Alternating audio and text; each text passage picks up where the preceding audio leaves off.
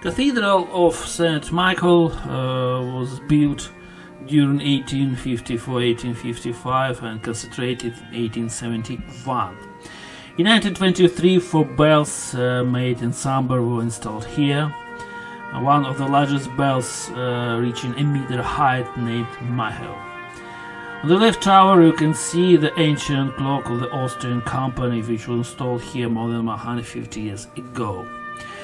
During Soviet Union time, the St. Michael's Church was transferred to the Orthodox community of Kolomyia, but in 1990 it was returned back to the Greek Catholics.